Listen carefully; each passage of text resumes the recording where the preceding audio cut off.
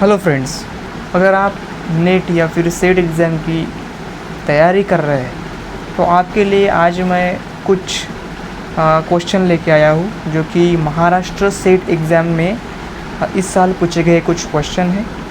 तो एग्ज़ाम्पल के तौर पर मतलब किस तरह से एग्ज़ाम में क्वेश्चन पूछे जाते हैं, ख़ास तौर पर सेट एग्ज़ाम में, किसी भी स्टेट के सेट एग्ज़ाम में किस तरह से क्वेश्चन पूछे जाते हैं, तो चलिए देखते हैं। तो पहला क्वेश्चन है, what did Marlowe's protagonist of doctor Faustus ask Mephistopheles to bring to amuse him during the final days of his life.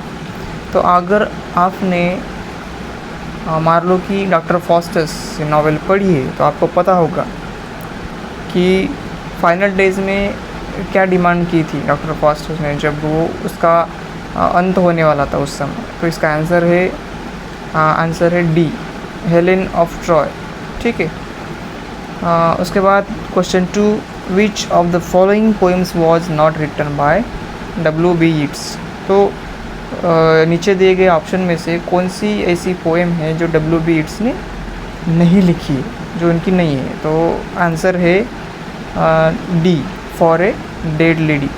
तो इसमें से ए, बी और सी जो ऑप्शन है, the rose of the world या फिर बाइजेंटियम या फिर द सेकंड कमिंग, ये जो है ये W.B. यीट्स ने लिखे। बट डी जो ऑप्शन है, फॉर ए डेड लेडी, ये जो पोएम है ये W.B.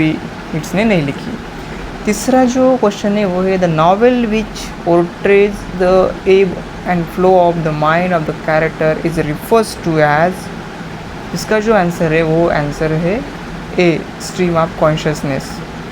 तो यहाँ पर जो बताया गया है कि flow of the mind of the character किसे रिफ़र करते, तो स्ट्रीम ऑफ कॉन्शियसनेस में ये देखा जाता है। ठीक है। उसके बाद है चौथा question, literature feminine is advocate by. अब ये भी आपने पढ़ा होगा, अगर नहीं पढ़ा होगा तो आप देख लीजिएगा। तो इस तरह से क्वेश्चन पूछे जाते हैं। तो इसका आंसर है बी, हेलेन सिक्सस। तो ये जो है ये इसका आंसर है। ठीक है। ये जो टर्म है इन्होंने एडवोकेट की है, सिक्सस हेलन। ठीक है। अब देखिए आगे, ए की figure of the so called Frankfurt school that relocated under threat from the Nazis who explore culture through combining Marxist and psychoanalytic theories and argue that commodity culture is a form of mass deception is। तो इस 5 question का answer है B, Theodore अडोर्नो। तो ये इसका ये answer है। अगला क्वेश्चन है 6, the human organ that makes the phonatory system is. अब देखिए यहाँ पर आपको लगेगा कि ये जो क्वेश्चन है बहुत इजी है। ठीक है। लेकिन इसका आंसर है ए, लैरिंग्स। जो लंग्स है, लंग्स और लैरिंग्स में थोड़ा कंफ्यूजिंग है कि लंग्स जहाँ से शुरुआत होती है, मतलब जब हम किसी भी वर्ड को उच्चारण करते हैं तो लंग्स से जो एयर आती है तो लंग्स से आती है। तो हमें ऐसा लगेगा कि जो प्राइमरी है, मतलब जो human organ that makes the phonatory system, जो फोनेटरी सिस्टम क्रिएट करता है वो लंग्स है, ऐसा लगेगा। लेकिन लैरिंग्स इस हमारे पार्ट में, हमारे इस बॉडी के पार्ट में फोनेटरी सिस्टम जो है वो बनती है। ठीक है। उसके बाद है question 7, who among the following woman novelist portrays daughter and young wife in her novels. तो इसका आंसर है सी, अनीता देसाई।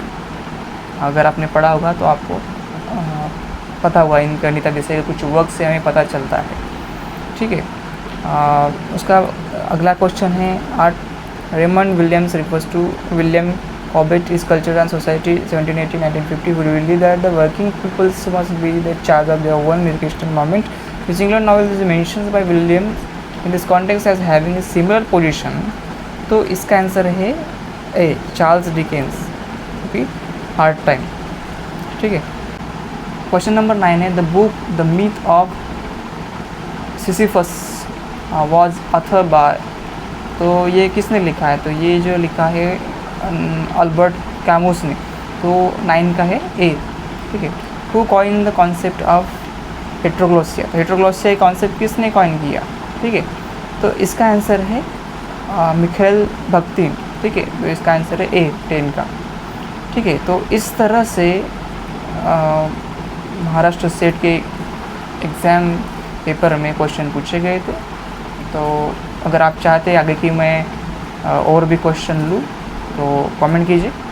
मिलते हैं अगले वीडियो में।